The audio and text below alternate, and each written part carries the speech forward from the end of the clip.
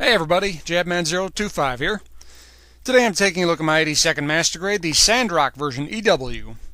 Now when this kit was announced, I thought I was going to pass on it, but as more and more promo pics came out, I liked the look of it, I liked the way the kit was turning out, so I decided to pick it up.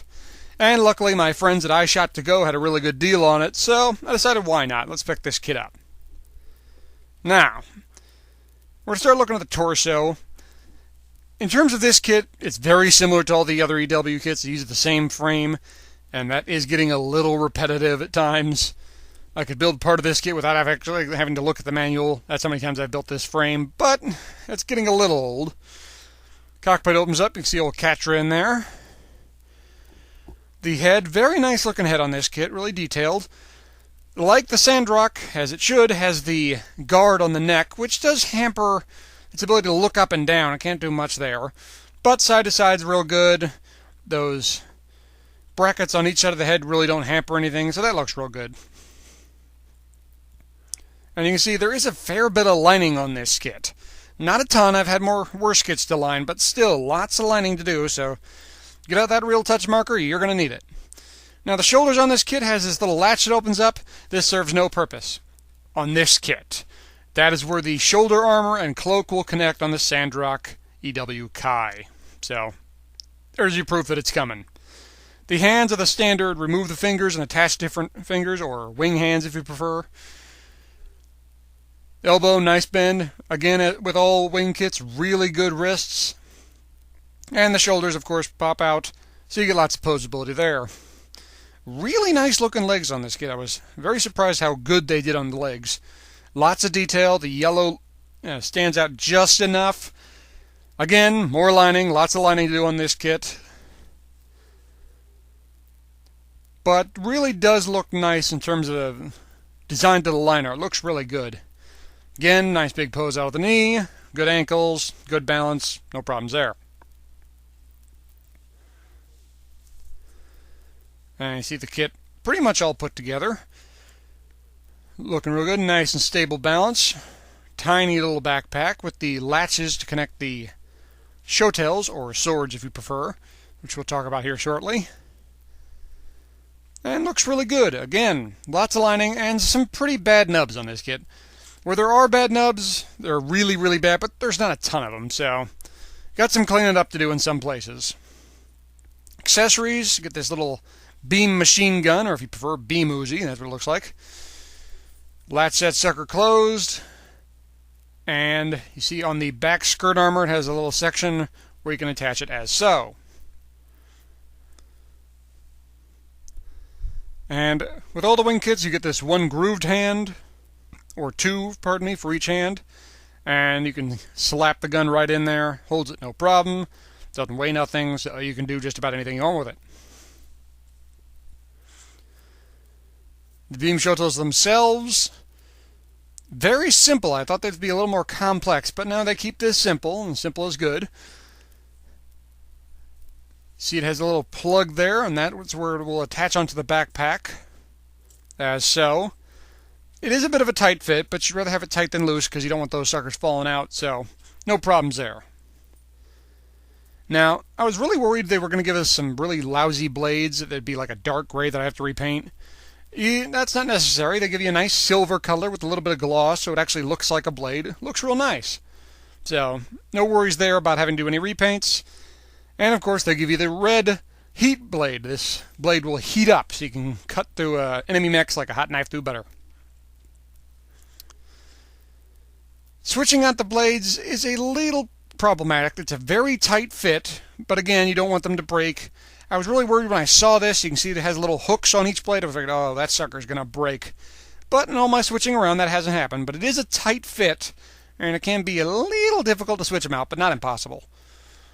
And either way you want to do it, looks real good. You can keep them with the silver blades or the heat blades, whichever one you like. Holding these things, no real problems at all.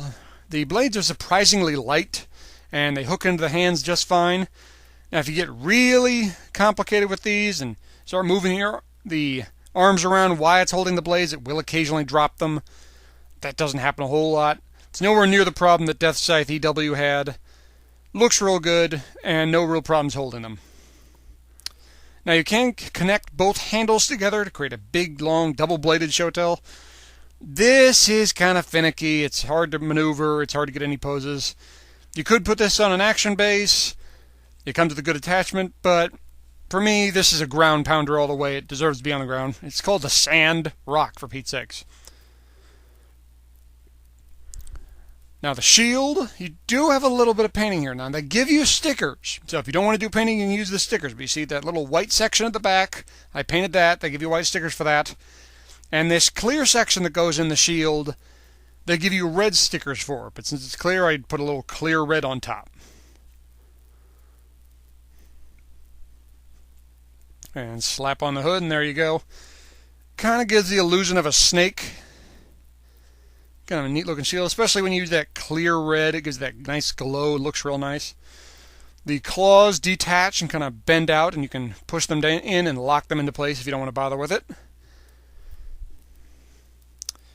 Now they do have a section here on the shield where you can connect the machine gun, so you can do that on either side if you want.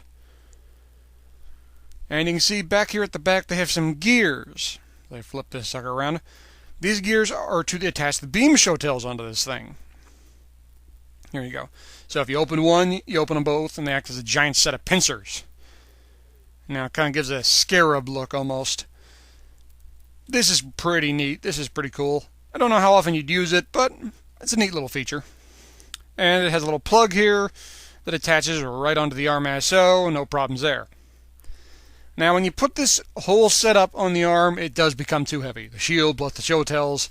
Now it can't really do much except rest it on the ground. So, if you want to do a whole lot of aerial poses with this big setup, not really happening. Just a little too much weight. But still looks good. Now, the decals on this kit. Lots of decals. These are called version EW, not version Ka, but you wouldn't know from looking at the decals. This is one of those kits that looks good with or without decals, so if you don't want to bother with them, I wouldn't blame you. I like decals. I went to town on them. There are some very difficult dry transfers, but most of them are sticker decals. But they're all over the place. Legs, shoulders, weapons, everything's got decals on this sucker, so it's going to take a while to do some decals on this kit. Not as bad as Unicorn of Sananju, but still a lot of decals.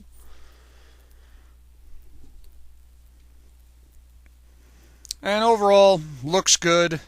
You can get a lot of nice poses. Decals, especially the red ones, do make it look nice, especially when it's holding the heated blades, so still looks good. And a little size comparison and grouping, posed next to his other EW counterparts, Wing and Death Scythe. Looks pretty good. This is a nice little collection I'm getting here. Final thoughts on this kit? I'm giving this kit a thumbs up. The EW frame is getting a little repetitive, especially those of us who build a lot of master grades like me. This is getting a little repetitive, but the kits look good. The kits are well balanced. It holds all the weapons fine. It looks neat. If you're a Sandrock fan, pick this kit up. You will not be disappointed. If you're looking for a big variety from the other EW kits, not so much. But still, thumbs up, good kit. Well, gang, thanks for watching. Hope you enjoyed the video. Hope you found it informative. If you got any questions, please ask them. I will answer them to the best of my ability. And please stay tuned for more. I always got more reviews coming. Thanks again, guys, and I will see you next time. Oh, and one more thing.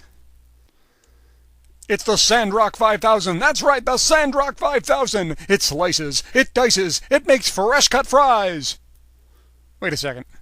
Wait. If he can make me fries, and he's bringing me sodas, I just need a mech that can make me a burger, and I'm set. Holy crap.